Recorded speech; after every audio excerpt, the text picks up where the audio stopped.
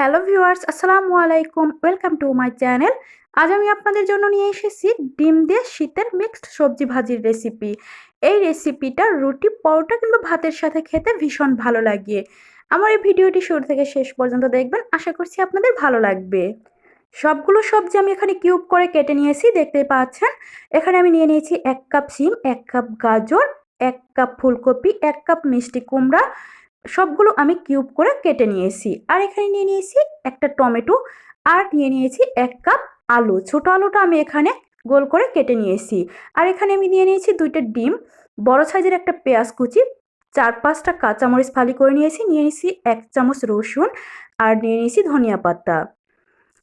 আমি চুলায় একটা কড়াই বসিয়ে দিয়েছি। এখানে আমি দিয়ে দিচ্ছি সবগুলো সবজি আমি কড়াইয়ের মধ্যে ঢেলে দিলাম। এখন আমি একটু মিশিয়ে নেব।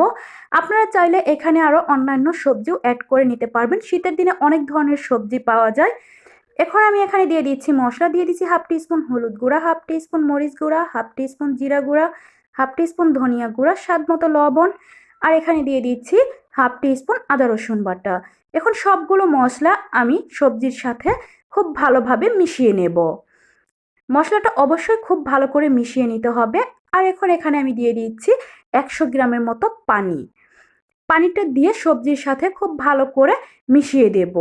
এখন আমি এটাকে ঢাকনা দিয়ে ঢেকে সিদ্ধ করে নেব। আমি ঢাকনাটা তুলে নিচ্ছি। সবজিটা আমার এখানে সেদ্ধ করা হয়ে গেছে। আর সবজিগুলো কিন্তু একদম গলে যায়নি, আমি এখানে 80% মতো সিদ্ধ করে নিয়েছি। এখন আমি চুলায় একটা প্যান বসিয়ে দিয়েছি। এখানে আমি দিয়ে দিচ্ছি 4 টেবিল চামচ সয়াবিন তেল। তেলটা গরম হয়ে গেছে। এখন এখানে দিয়ে দিচ্ছি 1/2 টিস্পুন জিরা। আমি এখানে আস্ত জিরাটা ইউজ করেছি, এতে করে খুব ভালো একটা ফ্লেভার পাওয়া যায়। জিরাটা আমি হালকা একটু ভেজে নিয়ে এখন এখানে দিয়ে দিচ্ছি 1 টিস্পুন রসুন কুচি।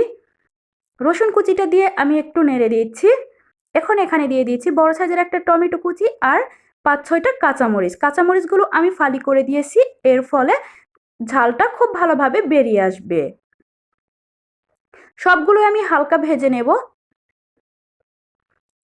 আমার এখানে পেঁয়াজটা হালকা করে ভেজে নেওয়া হয়ে গেছে। এখন আমি এখানে দিয়ে দেব ডিম। ডিম দুটো আমি আগে থেকেই ভেঙে একটা বাটির মধ্যে নিয়ে নিয়েছি। আর ডিমের উপর দিয়ে দিলাম সামান্য একটু লবণ। লবণ দিয়ে এখন আমি ডিমগুলো ছোট ছোট করে ভেঙে দিচ্ছি। ডিমগুলো আমার এখানে ভেঙে নেওয়া হয়ে গেছে। এখন আমি পেঁয়াজ আর মরিচের সাথে ডিমটাকে আমি হালকা করে ভেজে নেব। অনেক বেশি লাল করে ভাজার প্রয়োজন নেই। ডিমটা ভেজে নেওয়া হয়ে গেছে। এখন আমি এখানে দিয়ে দিলাম সিদ্ধ করে রাখা সবজি।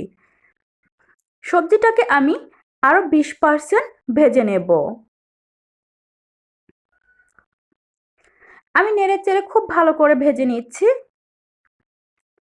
আমার এখানে সবজিটা ভেজে নেওয়া হয়ে গেছে। দেখতে পাচ্ছেন কত সুন্দর একটা কালার চলে এসেছে, আর খেতেও কিন্তু ভীষণ মজার। এইভাবে যদি আপনারা সবজিটা ভাজি করেন তাহলে রুটি, পরোটা কিংবা গরম ভাতের সাথে খেতে দারুণ লাগে। এখন আমি এখানে দিয়ে দিলাম ধনিয়া পাতা কুচি। ধনিয়া পাতা কুচিটা দিয়ে আমি নেড়ে চুলাটা অফ করে দেব। ভীষণ মজার এই রেসিপিটা অবশ্যই আপনারা একবার ট্রাই করবেন। সবাই ভালো থাকবেন। আল্লাহ হাফেজ।